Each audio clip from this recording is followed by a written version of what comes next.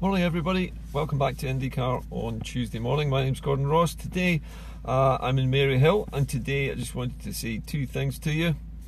Last night's meeting in Paisley, at the Paisley Women for Indy evening with Mark, Dr. Mark McNaught, was a huge success, and while I was there I had a chance to have a wee chat with Paul Kavanagh, wee ginger Doug. And interesting story there. It seems that in some parallel universe out there on the internet, it seems that there's another wee ginger dog, and it had died this week, very sadly. In fact, I remember seeing this very story pop up on my news feed recently, and it said wee ginger dog was not well, and I clicked on it as well, quite innocently, thinking it was talking about Paul's dog.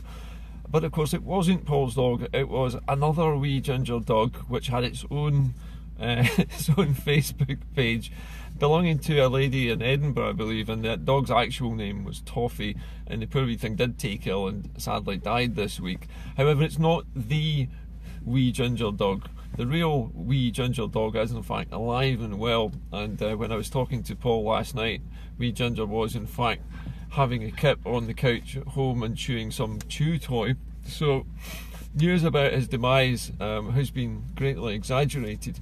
So anyway, good news that wee ginger dog's not actually popped his socks and is in fact still alive and well. Now, as I said, the meeting last night went very well indeed, was very well received. Dr. McNaught's presentation on the Constitution for Scotland and how it would be done contain a great deal of fascinating detail, too much to recall to you now in a short broadcast. However, it went very well, and I think it opened a lot of people's eyes. And while I was at this meeting last night, at least half a dozen people came up to me to talk to me afterwards about why they were there and what their views were. And obviously it was a Women for Indy meeting, but there were a large number of men there as well, and I was particularly pleased to see a couple of young men in the audience. I'm talking about men in their 20s and 30s. The first time I've really seen that demographic really start to ask questions and come along to meetings, which was great. So two young men who had apparently been watching the Indycar show had come along to see that event, asked a lot of good questions. And another chap who was sitting behind me, actually, who had only come along because he had spoken to me and I'd said, look, to come along to this meeting, because he wasn't sure about the whole issue of Scottish sovereignty, and he wanted to know, as a lot of people do, if Scottish people really are sovereign, or if we are in some way beholden to the British state or the monarch. So Mark managed to clarify almost all of that for us last night, told everybody that we are sovereign, we can do as we wish, we can call our own referendum whenever we like, we don't have to ask anyone's permission to do so. I asked him a question at the end of the meeting, or towards the end of it, which was quite sort of directly aimed at the legalities of the Scottish government, what it can and can't do, and what the Scottish Parliament can and cannot legislate on. And I asked him directly, can we create our own electoral commission? And Mark said he didn't see why not, because in a country where the people are sovereign, the people can tell the government that they want a new electoral commission, and the government is then duty bound to try and provide that for the next referendum or the next vote. Now, it is interesting that in the Smith Commission, Scotland was granted certain powers to legislate on the issue of voting rights and voting systems, and it has the power at the moment under the Smith Commission to change the way voting is done, to change the mechanisms for voting, the polling system, and also, in theory at least, to create its own electoral commission. So there's nothing to stop us owning the entire process of the next independence vote. There's nothing to stop us doing that at all. So that's the good news from last night, and that was one of the things I was anxious to get some clarity on, and Mark provided that in very clear, concise terminology that everybody can understand. Yes, there is no reason for us to hold back. We must organise ourselves and must organise our own referendums from now on. So that was all good news. Now, one of the other things that happened last night was a group of 3 ladies came up to me who I believe are probably part of the Women for Indy group in Paisley, although I'm not sure because there was a lot of people around.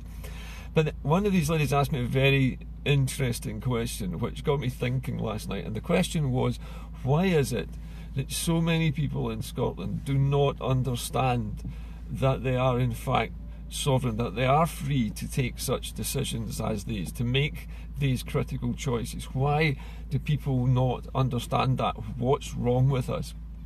And I thought about it, and I came up with an analogy last night, which isn't perfect, but it kind of illustrates the point.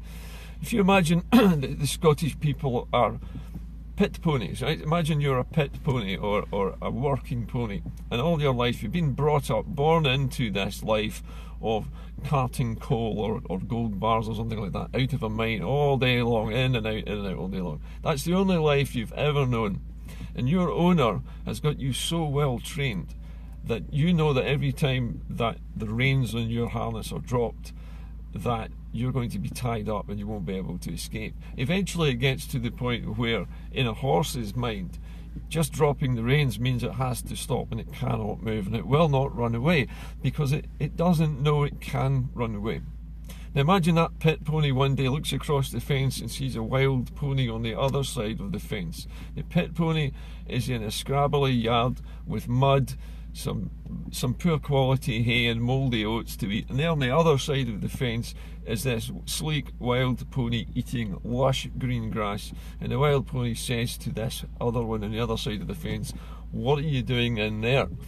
And he says, "Well, I can't escape. There's no way out for me. I'm not allowed to leave." And the wild pony says, "Well, what's stopping you? All you've got to do is jump over the fence to the other side here, and the grass is lovely. Why are you sitting in there?" The reason is that particular pony has been conditioned through its entire life to think that there is no alternative to what it is living in. And we are like that pit pony. We are kept in a kind of servitude. We are kept in the dark. We are taught to believe that we can't escape, that there is no alternative to the union, that anything other than the union would be disaster, that if we jumped the fence we would die, if we escaped from it that we would just run out of money, that we wouldn't have enough food to eat. All of this stuff has been going on for decade after decade after decade, and the BBC's job is to whip the pony and say, you cannot leave, there's nothing on the other side of the fence. And it's a very, very effective social and psychological tool. If you keep saying often enough to people that there is no alternative to what they are suffering, they will start to believe it. Now we need to prove to everybody that there is green grass on the other side of that fence, and they can leave that hard scrabble muddy paddock that they've been living in, where they've been suffering from all this poor nutrition, bad treatment, and a life of servitude, serving this master that doesn't appreciate them. On the other side of that fence there is a lot of green grass, and there is nothing to stop us just jumping over that fence to the other side and joining all the other free creatures over there. So this analogy of the pit pony versus the wild pony is just a way of visualising the Scottish lifestyle at the moment. We've been taught that there is no alternative to the union. And of course there is an alternative to the union, and that is normality, the kind of life that other Europeans enjoy. We don't enjoy that freedom. We are tied into a kind of open prison, which the UK has become for Scotland, where we have been conditioned as human beings to believe that we cannot escape the UK, that there is nothing outside of it for us, and that we would starve to death and we wouldn't be able to cope. It's nonsense. It's utter rubbish. We are perfectly capable of supporting ourselves, even to the point where we've had to prove to people through this growth commission that even in the worst case scenario we can survive financially. And that's it. We can survive financially. That's the first hint that on the other side of this fence you could just simply jump over the fence and quite easily live a normal free country, in a normal free country like every other European does. except we're not allowed to, because we are the dumb pit pony that's been born into this life, and we've been told all of our lives that there's no alternative but the union. Of course there's an alternative. The union is the abnormality. The union is the exception to the global rule. It's the one nation on the planet in which a country is servile to another, in which Scotland is a slave state.